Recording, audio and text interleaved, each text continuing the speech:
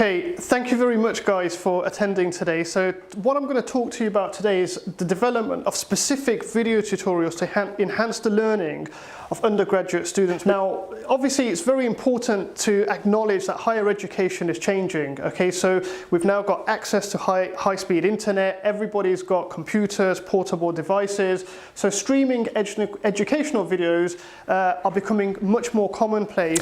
Okay, so when we think about video tutorials, we have to kind of think about the modern student, the modern and busy student. Now, we all know that £9,000 tuition fees is a significant amount. That's one of the biggest changes in higher education, certainly in my career as a young academic.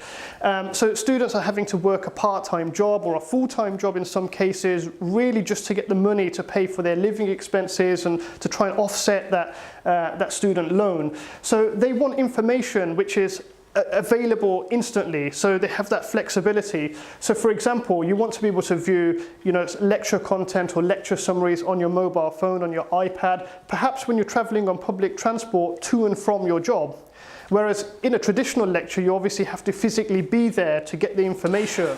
Now, the good thing with video tutorials is that it's the students that seek out the relevant information. So I can stand here and talk to you and give you the information, but with video tutorials, students can sit down with a cup of coffee and actually really try and get the information that they want. They can skip through various parts as well, so it's very much dependent on the learner, so it's learner-centered. However, there's always like a caveat, always caution that we have to be aware of.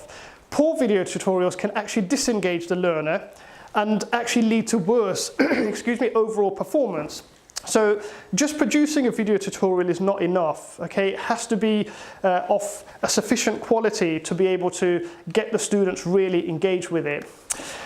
So what can we do to improve the quality? Well, I want to draw your attention to this gentleman here, who's Professor Richard Mayer from the University of California, and he's, as I've said here, a distinguished professor in the science of learning. So he has produced over the last 20 to 30 years lots of research which is relevant not only for the video tutorials but for us as lecturers in terms of how we get information across to make the information processing that happens in the student's brain efficient to promote deeper learning. So that's what his research concerns.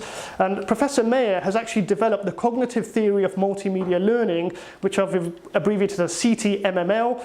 Now, CTMML basically looks at the kind of thinking aspects, the cognitive aspects of learning. But deeper learning occurs when you present information in different formats. Okay, so pictures, which impinge onto our eyes and use visual pathways our eyes then process that information in the brain, and you can use words as well. So at the moment, with words, what you're doing is you're looking at the words, so you're visually processing the information on here, but you're also using your auditory senses as well. You're hearing the words that I'm speaking, so you're using two channels to actually process that information. And this is the key thing. To prevent something called cognitive overload, which we'll talk about in just a minute, you need to present information so that it's shared between the different sensory channels. So let's just have a quick look about how the cognitive theory of multimedia learning is set up. So the learners process the information from the video tutorials or from lectures using what's known as a dual channel network. So if we imagine here you've got a presentation, whether that be a lecture, it be a video tutorial. In that presentation is going to be words, okay, and it's going to have pictures as well. Now, those information are going to be sensed by, the words are going to be sensed by the ears as you're hearing them, but also by the eyes as you're seeing them. Pictures, obviously you can't hear pictures, so they impinge on the eyes, sensed in the eyes. Now what we then do is we select the most important words, most important images, make connections in the working memory. Okay, so we know that the working memory does have a limited capacity, but it's the part of our brain so for example, as you're listening to this presentation, it's your working memory which is putting together the information that I'm giving you verbally and also what's happening in terms of what you're seeing on the screen. We then organize those words into a verbal model and we also organize those words into a pictorial model, and then we integrate those information together using information from the long-term memory. Okay, so the long-term memory comes in at the end, and we use our past experiences, perhaps underlying knowledge, to try and give some kind of context to the new information that we're getting. So what exactly is cognitive overload? Well, the working memory has very limited capacity to hold information. Now, cognitive overload actually occurs from 3 specific scenarios. So it occurs from the split attention effect, example, reading and hearing the same word. So if I was just, that's why we tell our students not to read off the slides, and still a lot of them will do a presentation and they'll just say working memory has limited capacity to hold information. Cognitive overload occurs from 3 scenarios, split attention, and I've already lost you. You know, it's about drawing attention to the key words, like I do with highlighting the colours. So split attention effect, make sure that you're presenting information that goes to the different sensory channels. Now, incidental processing is the use of background music or unnecessary information.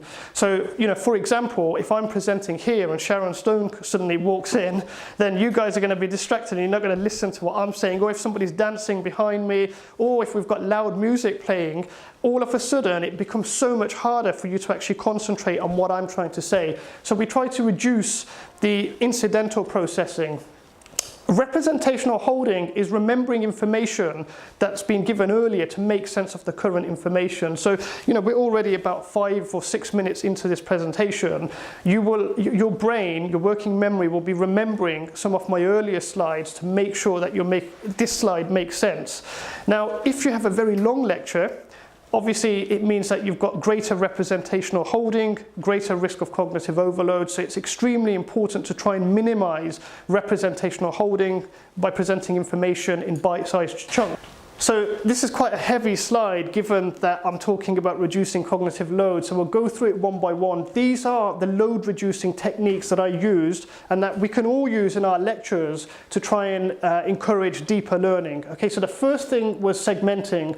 So all of the video tutorials were split into bite-sized parts. Whenever there was a video that was going to be longer than, say, 12 minutes, then I would split it down into part 1, part 2, part 3, so it would make things easier in terms of representational holding. Pre-training is extremely important. Pre-training basically means that, like with this presentation, you start off with a couple of key definitions, you explain the concept, I explain the cognitive theory of multimedia learning and how it's from Richard May. You're kind of planting the seeds into the learner's mind about what the content of the tutorial is going to be. So you define the key concepts.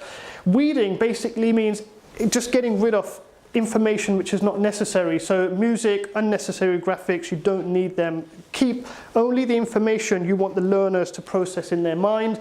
Signaling, highlighting keywords, using bold text, different colors, different colored marker pens in terms of the whiteboard. Those are all things that signal.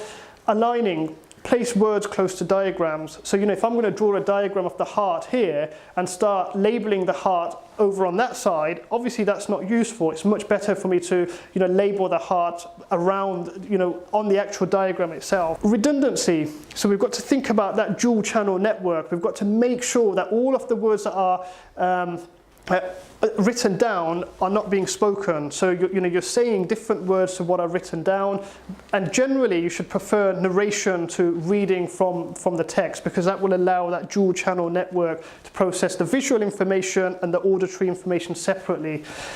Synchronization, presenting all of the illustrations along with the concepts that you're explaining. And personalization, so the intonation of your voice is extremely important. You need to relate to the learners, the people that are actually taking time to watch these videos. Have some real life examples, use the terms like I and we and you to really personalize it. And in terms of what the future does hold is more videos on a greater range of topics. To actually include the students in video production, so perhaps offer an internship where the students can be involved in helping me produce the videos and being in the videos themselves, sharing their knowledge and experience. So that's really it. I want to thank you for your attention here, and I want to thank the viewers also for their attention.